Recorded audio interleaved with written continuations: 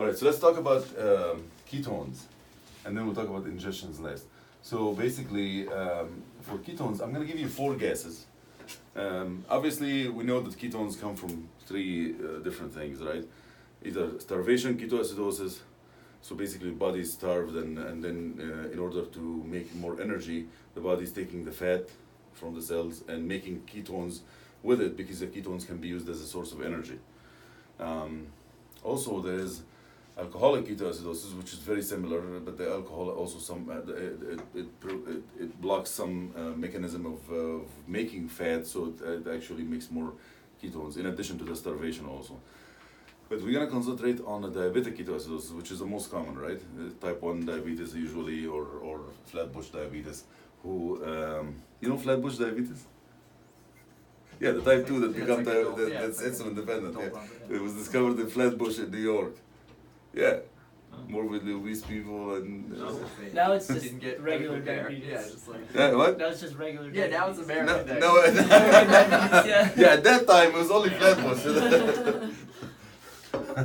So anyway, so we'll give you this gas.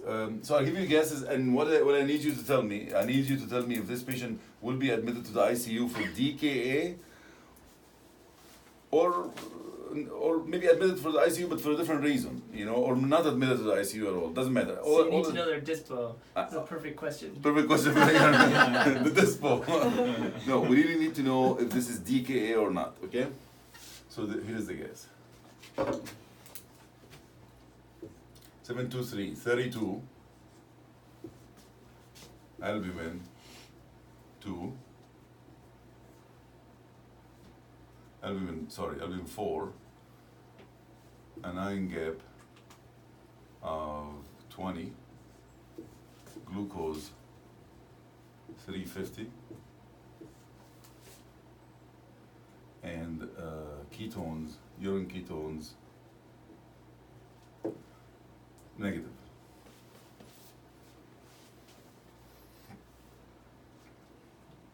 Will this patient be admitted for ketoacidosis or not?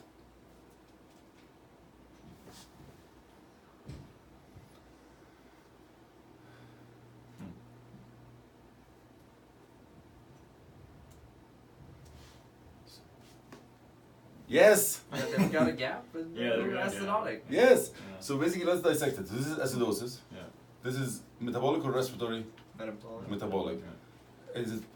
So we're gonna jump over number 3. We're gonna go to number 4. Is it partially compensated or fully compensated? Partially. Partially compensated because it didn't reach 7.4. Yeah. Then we're gonna go to, because it's acidosis, we're gonna calculate the gap. All right. So the gap is high, 20. So it's a gap acidosis. And then, so then we have a gap acidosis, right? And we can even calculate the other stuff, but it's not necessary now. But you know, we have a high glucose, but not too high, and negative ketones. So we have a right story. The patient has a diabetes. He has glucose, a little bit of a high glucose. He has an ion gap, and he's acidotic, but he has negative ketones. That's a board question. Yes, it's admitted. Why? Because the most common keto acid that comes out is what? Beta Beta-hydroxybutyrate. And the test in the urine test for what? For acetone, right? And beta-hydroxybutyrate only like 7 to 1, the percentage. And later it makes acetone. So it could be in the beginning, and it could be that the test is not picking up. So as long as you have the right story, you don't care about the urine acetone, and you want to send maybe a serum beta-hydroxybutyrate, but that will come after the patient gets discharged from the hospital. You know, so we'll admit this patient. How about this?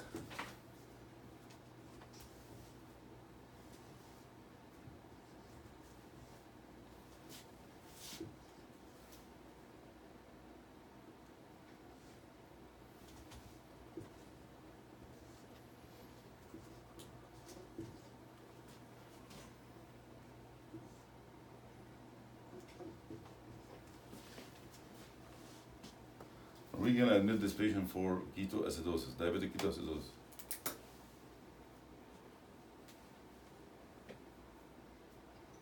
No. Why not? They don't have a gap. Yes, we'll admit him for ketoacidosis. Why? There is acidosis. What's the gap for this patient? What do you do? Oh, 1.5 five. times? Yeah, 2.5. Yeah. So the gap, the expected gap for this patient is 5. So he has a gap of 10. He has a gap acidosis. And of course the rest we talked about. So this guy will be admitted for ketoacidosis. How about this guy?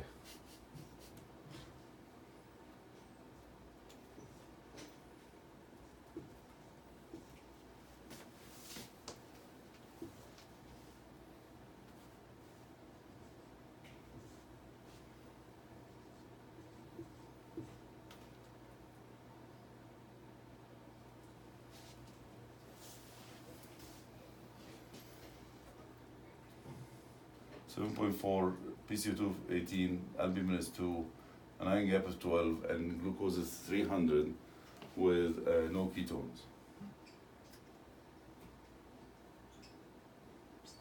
Got a gap, Mm-hmm. but he's compensated. Mm-hmm. That's not good though, if his respiratory rates. Mm-hmm. Yeah, he's got a metabolic acidosis. Yes. Compensated. Yeah. Although this is normal, Right. right? It's a hidden acidosis. That's why the dissection of the ABG that we talked about, that's essential here, because without giving you the bicarb, I didn't give you the bicarb, right? But just looking at the gas like this, oh yeah, 7.4. Wow, if we correct this to 40, back to normal again, this pH would be like 7.2 or something, or Yeah. lower. You know, so we're not. So this is real acidosis and all that. How about this one here?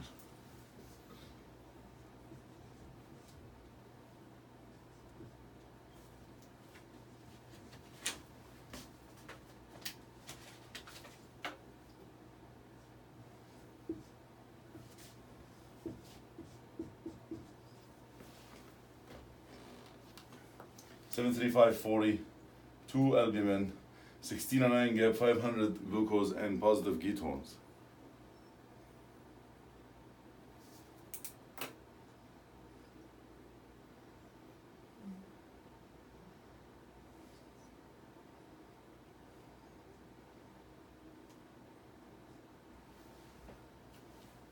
So it's interesting because he it looks like he has so an elevated anion gap. Yeah. So there is acidosis, but there must also be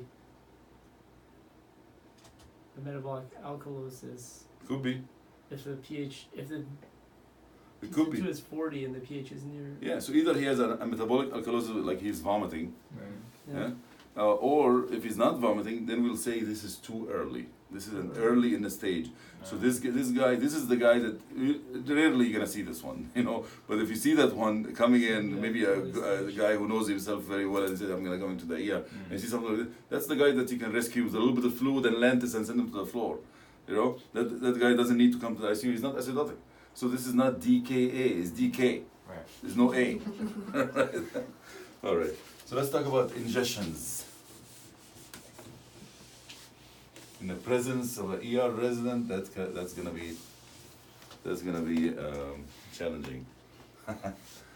All right. So ingestions. The main thing we talk about methanol, for example, and ethylene glycol.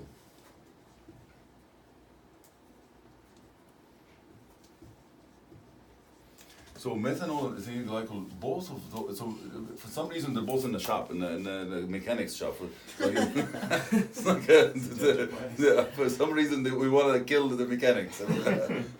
So this one is the windshield wiper fluid, and this is the antifreeze. And both of them taste like sugar. Nice sugary taste. It's unbelievable. So the methanol, both of them are not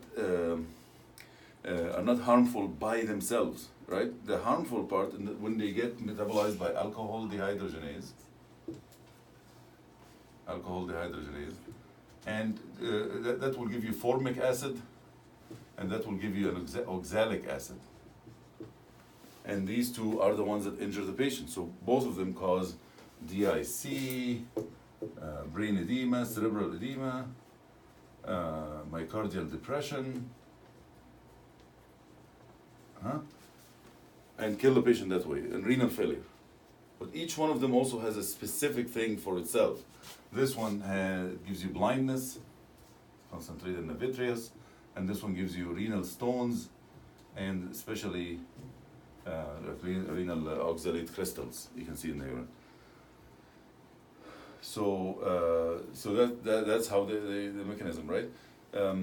So what's the antidote for each one of them? The antidote here is alcohol, like ethanol. So we drink alcohol with it. We had a patient who comes in here and said, I wanted to kill myself, he's like a suicidal thing. I drank a cup of methanol and 22 beers. Just to like make sure he kills himself. He didn't. But somebody, that's my suspicion, somebody told him before he left that he was lucky that he drank the beer. He went to the psych floor and blah blah blah and all of the things. And then he unfortunately came back a month later and said, I drank methanol this time without the beer. And that, so anyway, so that's ethanol. What does ethanol do? It occupies the receptors on alcohol, occupies alcohol dehydrogenase, so it prevents the here they invented something called fomepizole.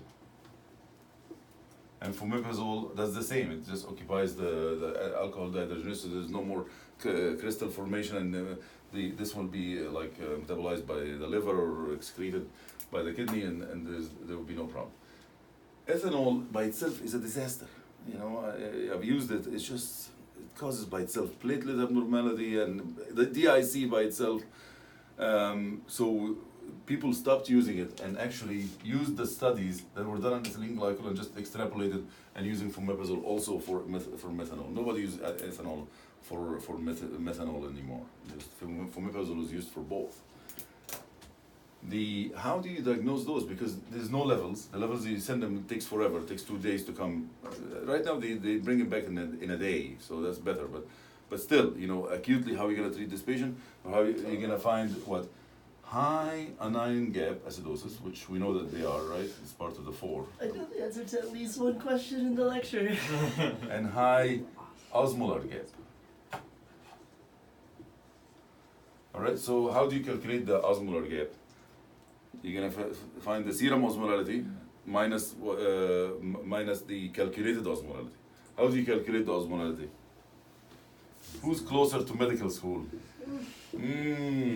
Something Sodium. Yes, sodium It's 2, 18, and 28. 2 times the sodium plus BUN plus divided by by 18. 2.8 Oh, 2.8. plus and, glucose divided by 18. God damn it. Yeah. So just think about it this way. You got it. So the sodium is the biggest determinant. That's why it's multiplied by 2, and then the BUN is a smaller number, so that's why divided by 2.8, and the glucose is a bigger number, so that's why divided by 18. And if you're here, you have to have alcohol added to this. Everybody has alcohol in their system, so multiply times 4. No, not divided by 4. Sorry. Divided by 4. That will add to your osmolar gap, and then you can calculate the osmolar gap. If you have a high osmolar gap, high anion gap, and you don't know what's going on with the patient, fomepizole is given every 4 hours. By that time, you can get more confirmation, more story, more whatever, but don't delay the treatment. Just give the fomepizole. It's very expensive, but you know that's one caveat here that ketones can sometimes increase your osmolar gap. Ketones also increases your osmolar gap. So you gotta be careful. If somebody has high ketones and you have the right story and you know that the patient didn't drink anything, then you have to just hold your breath and not give him fomepizole if it's coming only from ketones. There's another one called rubbing alcohol, right?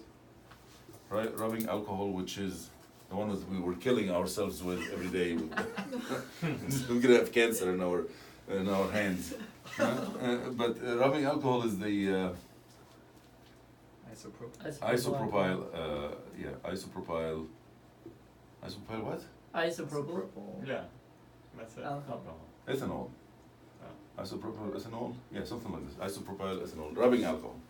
That's basically, for some reason, people get confused with it. Did we mention rubbing alcohol as part of the anion gap metabolic acidosis? No, it doesn't give you anion gap metabolic acidosis. It just gives you osmolar gap. So if somebody drinks the rubbing alcohol, he gets osmolar gap, no anion gap metabolic acidosis. And I think the reason for this one is this is an interesting ingestion. I've seen one of these. The issue is that for those, they get metabolized. So the top two, they get metabolized to the toxic compound. But isopropyl alcohol is the toxic compound and gets